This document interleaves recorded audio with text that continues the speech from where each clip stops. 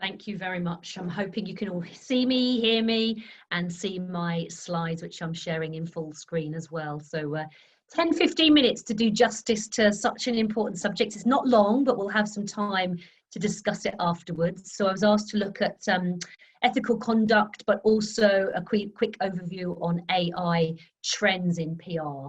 That introduction was lovely, thank you, but does make me feel and realise I am quite old.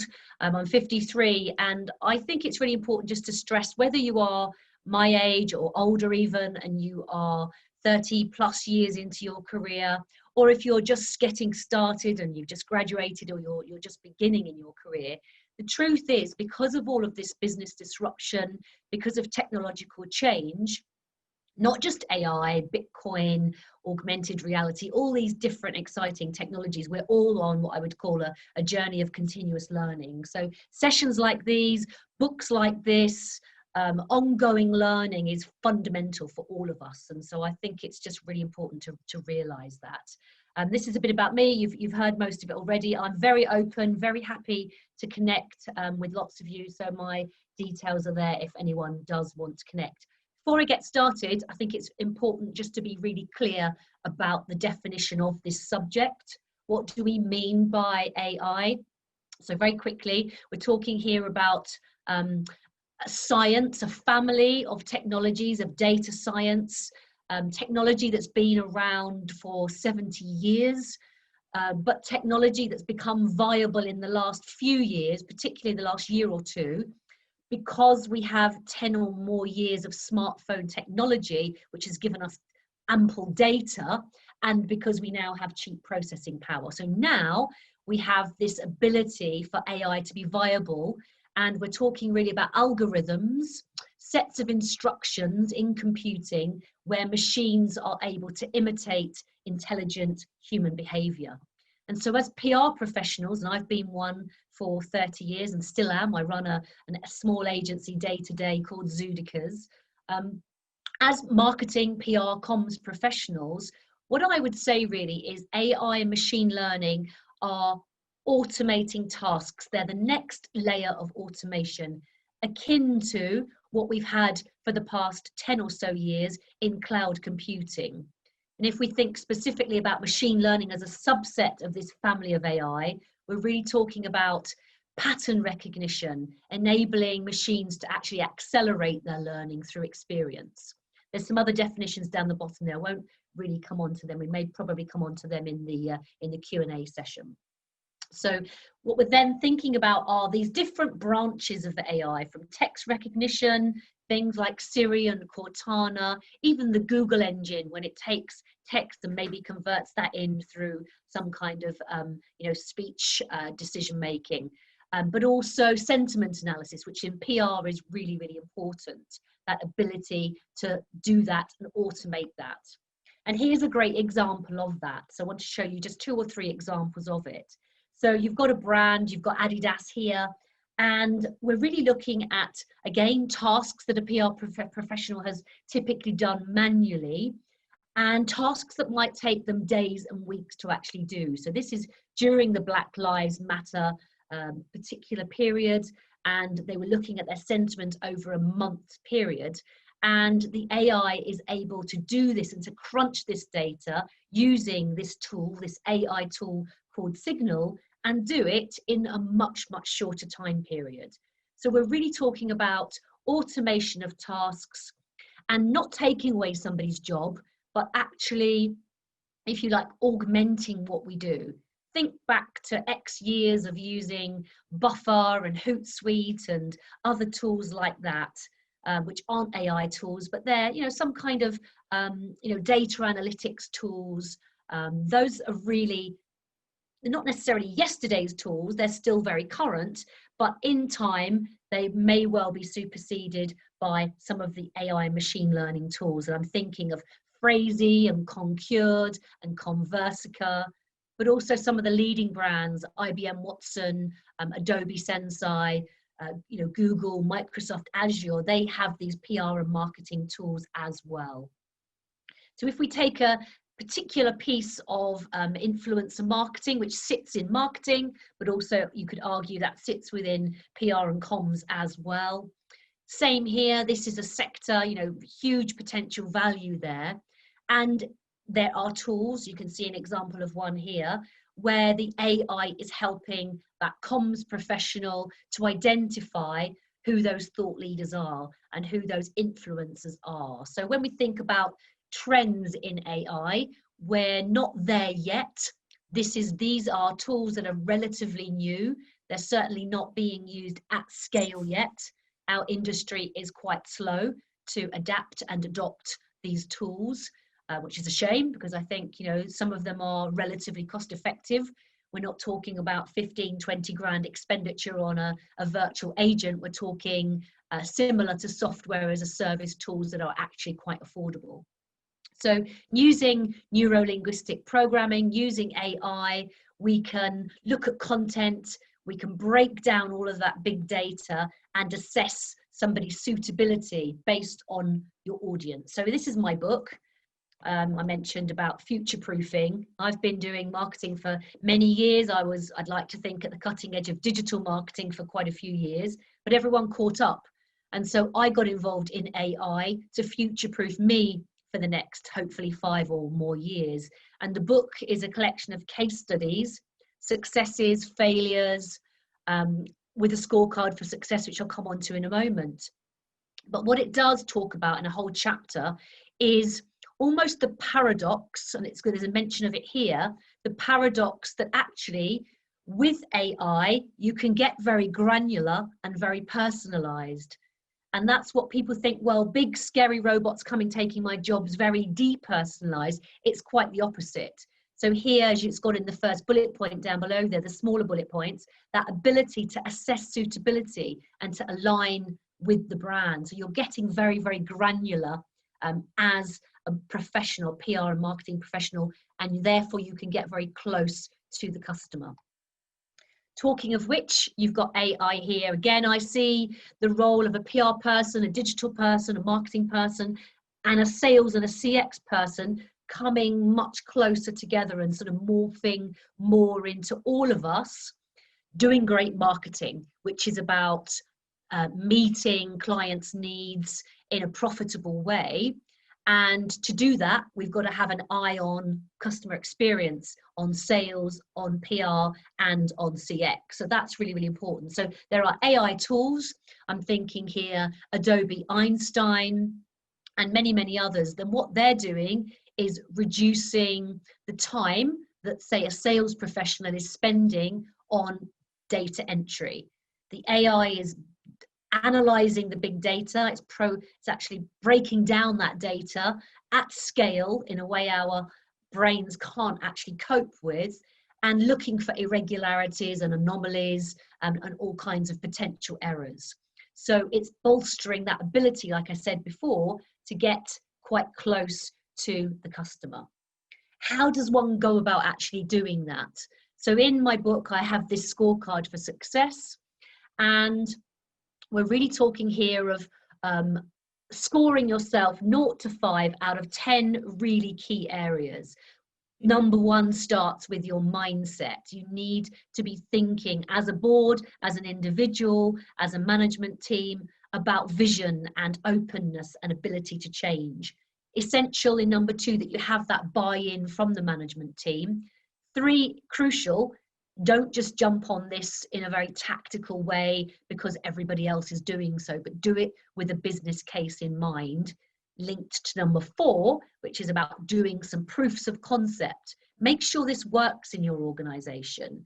And then once you've seen some return on investment back from using AI in your tracking of sentiment analysis, for example, maybe you expand that out to your CRM and to some other areas within the organization. So I know on this call today we have both in-house practitioners, individuals, but also agencies, and I've been on both sides of the fence, and it's great to have people here from Greece, Singapore, the US, but obviously the UK as well. So this is global, you know, this is about global collaboration.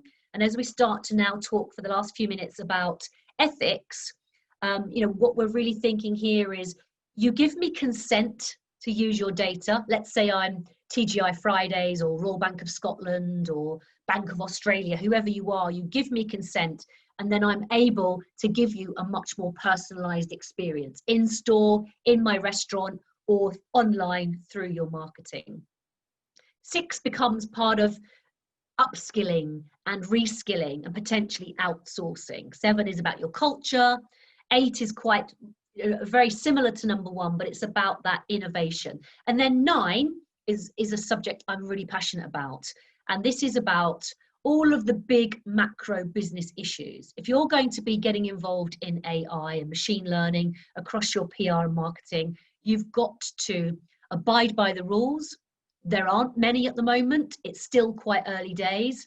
I'll show you in a moment some of the developments in this space. But you've got to be thinking about working with the trade bodies, having your own code of conduct within your own organization, understanding, go and have a look at what Jack Ma from Alibaba and Elon Musk have to say. They're at different ends of the spectrum. But what we're really talking about here is explainability. And if you think of an insurance company that is where the data, where the black box of AI is making a decision as to whether or not a young person, potentially of colour in a certain neighbourhood, is asking for a car insurance policy, and the AI has done some digging and has looked at crime statistics and so on, and has come up with a decision that says, no, sorry, we're not going to actually give that. You making that decision, you need a human in the loop.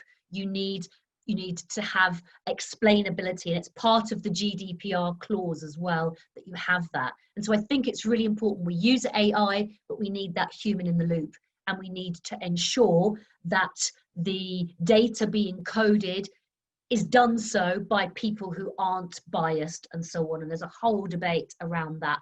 And then number 10 is that roadmap. Do we have our strategic plan in place? Do we have the awareness that there is funding out there? So for example, Surrey University, and I'm sure universities in Singapore and Greece and others potentially have this as well. It's part of our industrial strategy here in the UK, but we have innovation grants, and you could be tied in with a PhD professional who can help you identify your own tools for AI and PR within your organization. So that is all really, really important. So you're scoring yourself 0 to 5 out of these 10 areas.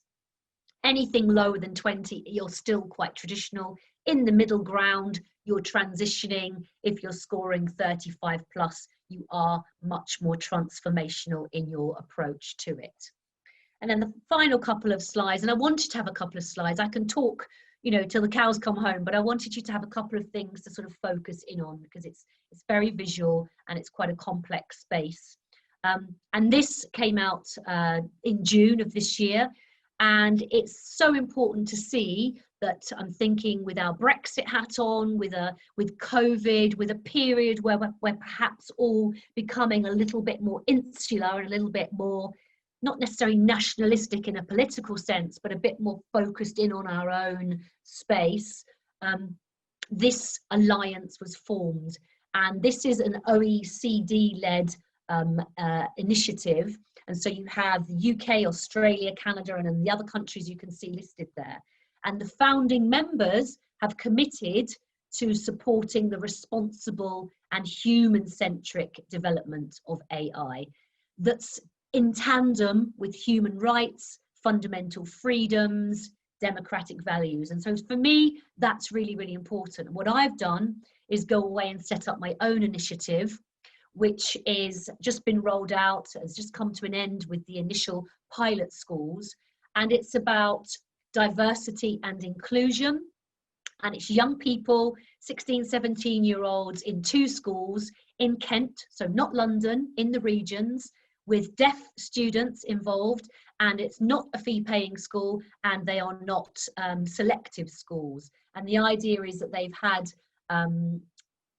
input, they've had lessons from myself, the Alan Turing Institute, Microsoft, Amazon, and many, many others. And really what I'm trying to get at is don't wait for everybody else. Go out there, set up your own initiatives, come up with your own code of conduct, because your trade bodies, whether you're, you might be in-house and you might be in, the retail space, retail consortium, or counting technicians, or all kinds of sectors, and they are slow to catch up as far as ethics and so on go. So the work I do with the All-Party Parliamentary Group, which is a task force for adoption of AI in enterprise, is around these kinds of areas. And so don't wait for others to give you that. Think back, do your research. Google just put out some announcements about ethical AI as well. So this is such an important space.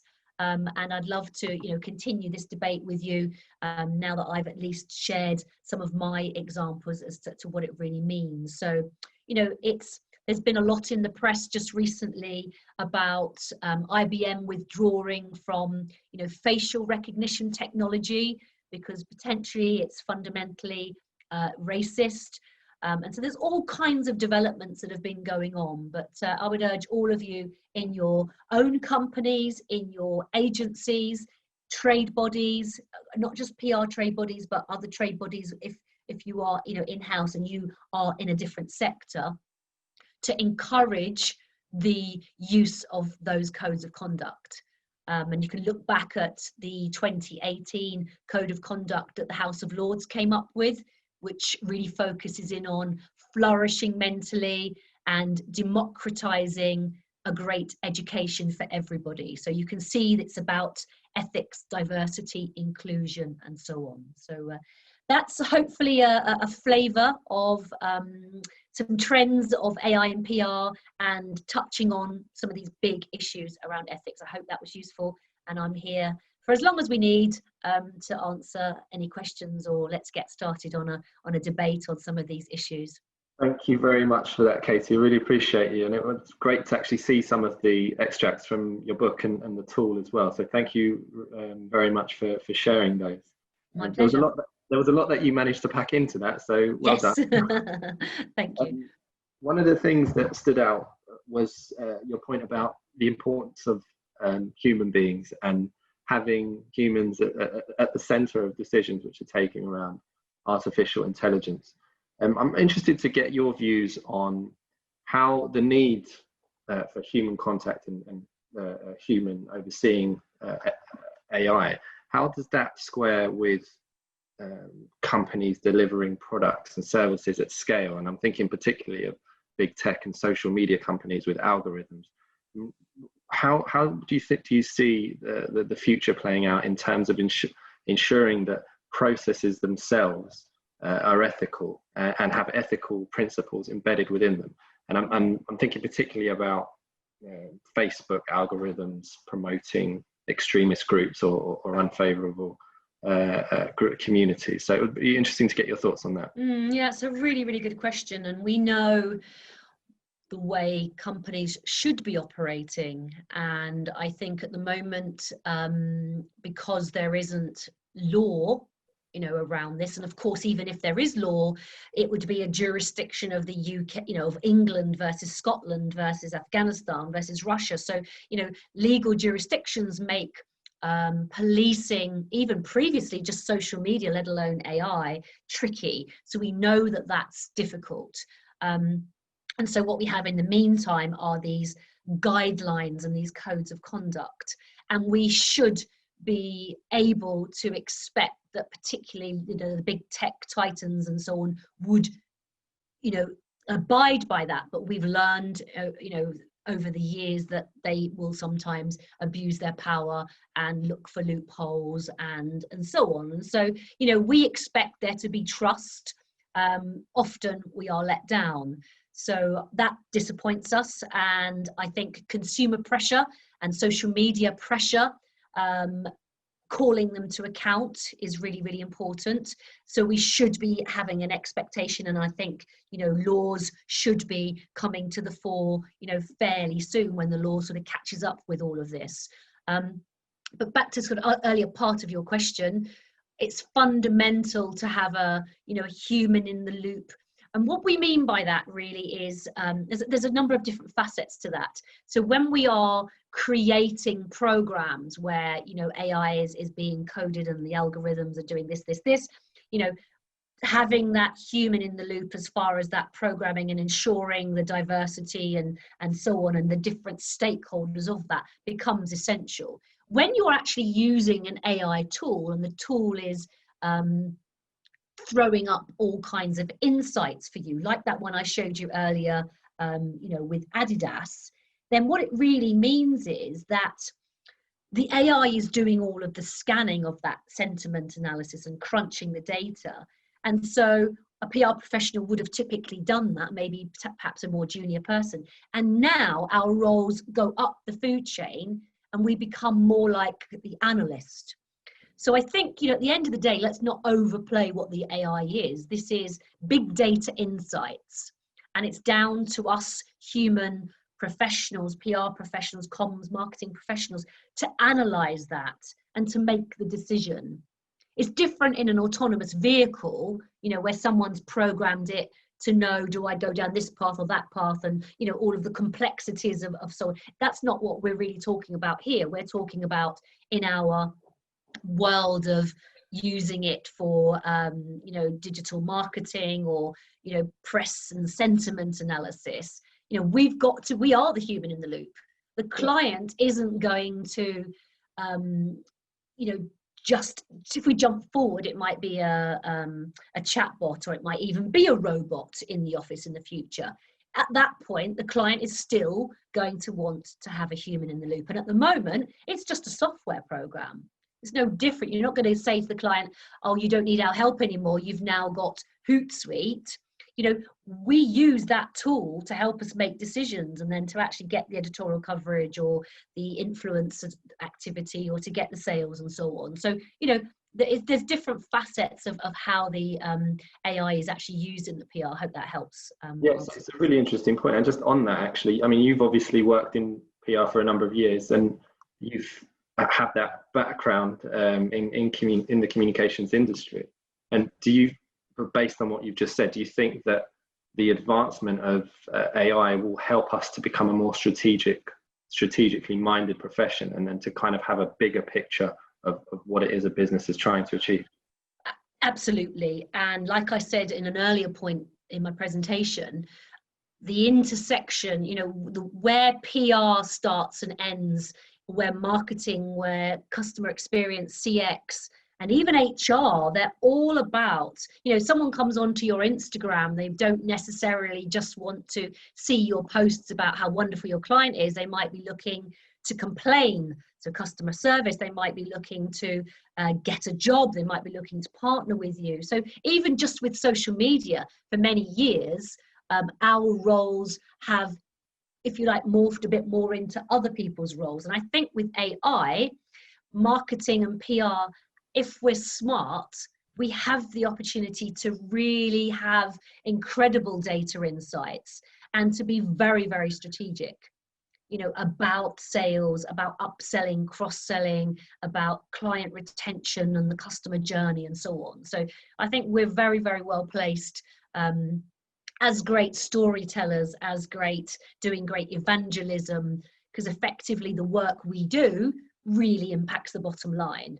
And most companies, apart from the third sector, are really interested in the profits and so on. So I think we're very well placed if we use the right tools to move right up the food chain.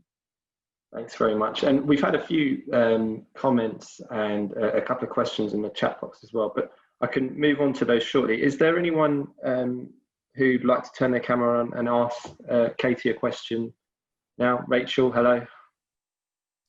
Hi Corey, how are you doing? Very well, thanks. Hope you're well. Hi Rachel, hello. Hiya. Brilliant presentation, thank you so much. Thank you. I spent a year at IBM on secondment last year, so fascinating kind of what's happened with their kind of face technology. One of the big issues that I find is that with the AI technology, a lot of the companies that have the budget to adapt and kind of be kind of at the forefront are often the global companies. And with that, with communication also comes the challenge of kind of syndicated global content. So how would you kind of I don't know, advisors or working in public relations in communications, not only to think about kind of AI, but to make everything so that it's more targeted and focused on kind of the, not just us as humans, but the human beings as well that are kind of going to receive the messages, or that we actually need a conversation with at the end of it as well.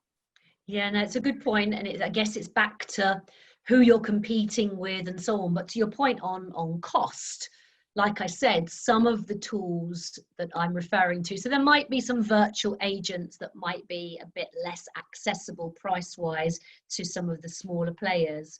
But some of the other tools that I've been referring to, you know, Phrasee and Concured and Conversica and many, many others are very accessible. So I think AI for PR and comms and marketing is accessible. The challenge is that it's a real Wild West out there, and knowing who to turn to and where to spend your money and how to do your due diligence is a bigger challenge. But I do think that, you know, syndicated global content has its place, but I think we're moving more using tools like AI into a space where actually it becomes very much about quite personalized content. You know, thinking of websites that then surface particular discounts and content that gets surfaced for a particular you know, type of persona. I think that's sort of very much the way forward, and AI enables you to actually do that.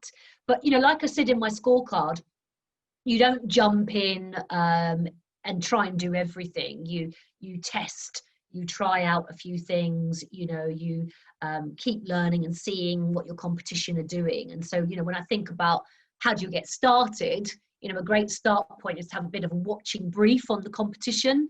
You know, who am I competing, corporates, or if I'm in an agency, who am I, the agencies that we pitch against regularly, what are they doing differently? How are they using it?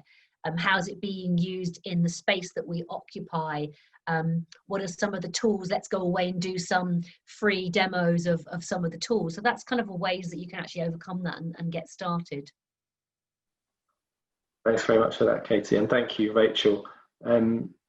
Siobhan, would you like to ask Katie a question?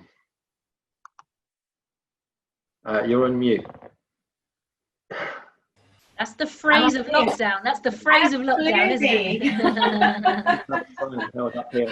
Thanks so much. Hi, Corey. Hi, Katie. Thanks for that. Nice to meet you. Hi. Really, really good. And apologies for being a bit late. I've got two questions. Increasingly, as individuals and as businesses become more astute about their use of AI and automation, how do we as communications or marketing professionals assure ourselves that we're actually interacting with a human?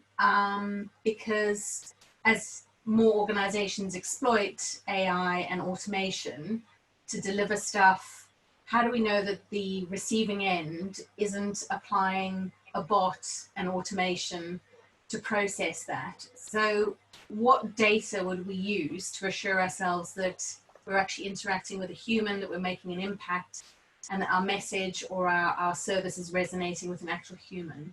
No, it's a good question. It's a good question.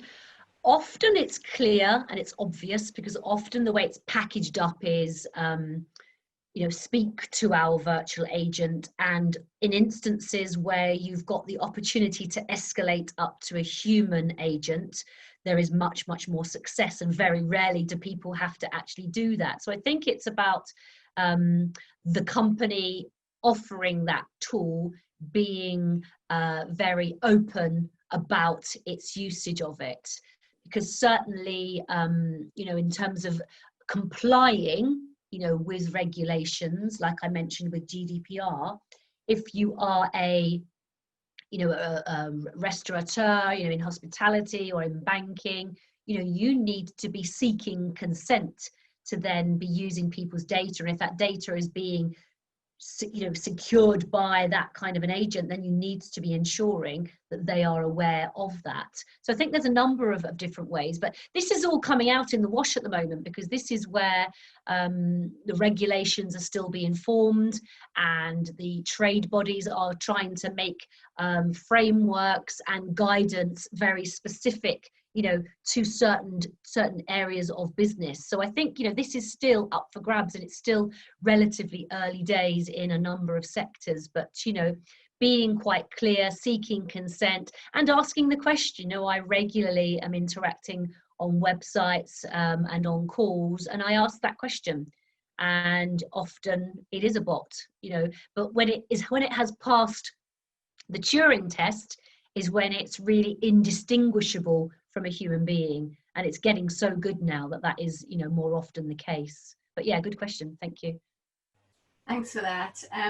If I could steal another opportunity just to ask the other question, which was your dashboard, which is sort of helps you measure where you are in terms of maturity on the path of becoming truly adept at using AI and automation. Mm-hmm. Do you think that should be weighted, for example, more heavily on certain aspects around passing the mark for your ethical use of AI should be a higher graded point than perhaps having implemented a software tool, for example? Does that make sense? Yeah, it does, and I can completely see what you're saying there. Let me pull it up again here so you can see it.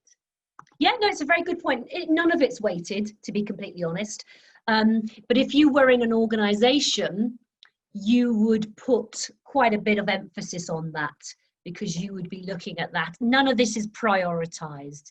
And for me, the buy-in of the board, the business case, the experimentation, the roadmap, the talent, they're all really, really important. And so I'd find it hard, and obviously it would have taken me a lot longer to get into that. And when you're writing a book, 70,000 words, and this is kind of like oops, I better put some graphs in. So, but having said that, I've seen quite a lot of McKinsey reports since then, and they show data on what the most successful companies are that deploy AI. And actually it really resonates with this, because it talks about talent, experimentation, mindset, and so on. So in that sense, the right ingredients are all there. The amounts, flour, eggs, and so on is a really, really good question. And certainly ethics is huge, and we need to put a lot of onus on that. And I think for the preservation of humanity and for the planet and for jobs and so on, ethics and inclusion and some of these huge issues globally require some kind of treaty, like a Geneva Convention. They require us, across Australia, Greece, Singapore, UK, to collaborate, and to be collaborating. Just so, for example, a multinational organization can operate, very effectively in multiple countries. It might have its headquarters and its management team, centered in New York or London, but there's no reason why globally we shouldn't be able to collaborate, in a very safe way. But it's still quite tricky. So, but yeah, good question. Thank you. Thank you for that. Really appreciate that. Thanks very much, Siobhan. Katie, we had one comment from Sophia, who I believe is joining us from Greece, in the comments, and she was just making the point that I think it was about relating to the communication of different types of AI. Sophia, would you like to expand on that for Katie before we wrap up? Well, what I commented is that sometimes it is quite difficult for data scientists to explain how the different artificial intelligence tools work to people outside their own field. And this comes from my own experience with data scouting, where we were working on a project of automatically identifying hate speech in social media. And I was in charge of the annotation process, where we were capturing tweets, we were reading them, and we were rating them as hateful, offensive, and different categories. So the data scientists that we worked with developed an algorithm to automatically detect hate speech based on the annotation that we made. So based on the results, the first results were quite crucial to work on. And my comment was, okay, so explain me how it works, because I'm not getting the result that I want. And the answer was, well, it all goes into a black box and it's neuroscience and things like that. And I said, okay, but can you be more, can you make it more simple to me so that I understand? I'm a journalist, I'm not a data scientist. So for them, it was very difficult to explain how it actually works. So yeah, that's a good point. And so when you're looking at the, my chart where I looked at the scorecard, and you're looking at data, and you're looking, sorry, not data, you're looking at people and hiring talent. When you're either developing in open source, you might be working through IBM Watson or through a platform. I know one called the Core from Cortical, and you're developing, you need the data scientists who know AI, machine learning, they know how to code in Python and TensorFlow, but you need people with the domain knowledge. So you need a mix. So you absolutely need, you can't allow that to happen. You can't allow, those tools to be developed in isolation, certainly not for them to be effective and fair and ethical and so on. So, you need those different people in the loop that have the domain knowledge of that space. You're going to have the lawyers, and you're going to have others involved to ensure it's compliant and so on. And I think, again, we're not quite there yet. AI being rolled out at scale, not really happening. It's ahead of the curve in telecoms and in financial services. In many other sectors, it's falling behind, and the regulations are behind too. So I agree with you, and I don't have the answer, but I know what does need to be done, and we all need to put pressure on, organizations to speed up, these regulations. They exist in part, but we're a bit behind in some of that. Yeah, good question though. It's a good question. It's an important point about just increasing awareness and consciousness about the importance of these issues, because there's a feeling that we're almost sleepwalking into a situation where we're not well educated enough to understand the implications of what's taking place. Absolutely. Yes, agree. You everyone for your comments and your questions and your suggestions. Unfortunately, we've run out of time, so all that's left to do is for me to say a massive thank you to Katie for joining us today. My pleasure. Thank you very much, Katie. As always, these sessions will be published on our YouTube channel. So if you've got any colleagues or friends who'd be interested in listening to this session, do look out for the link on our YouTube channel. And to everyone else, we'll be in touch with details for next week's event in the early part of next week. But all that's left for me to do is say a big thank you to all of you for joining us, and we hope to see you again next week.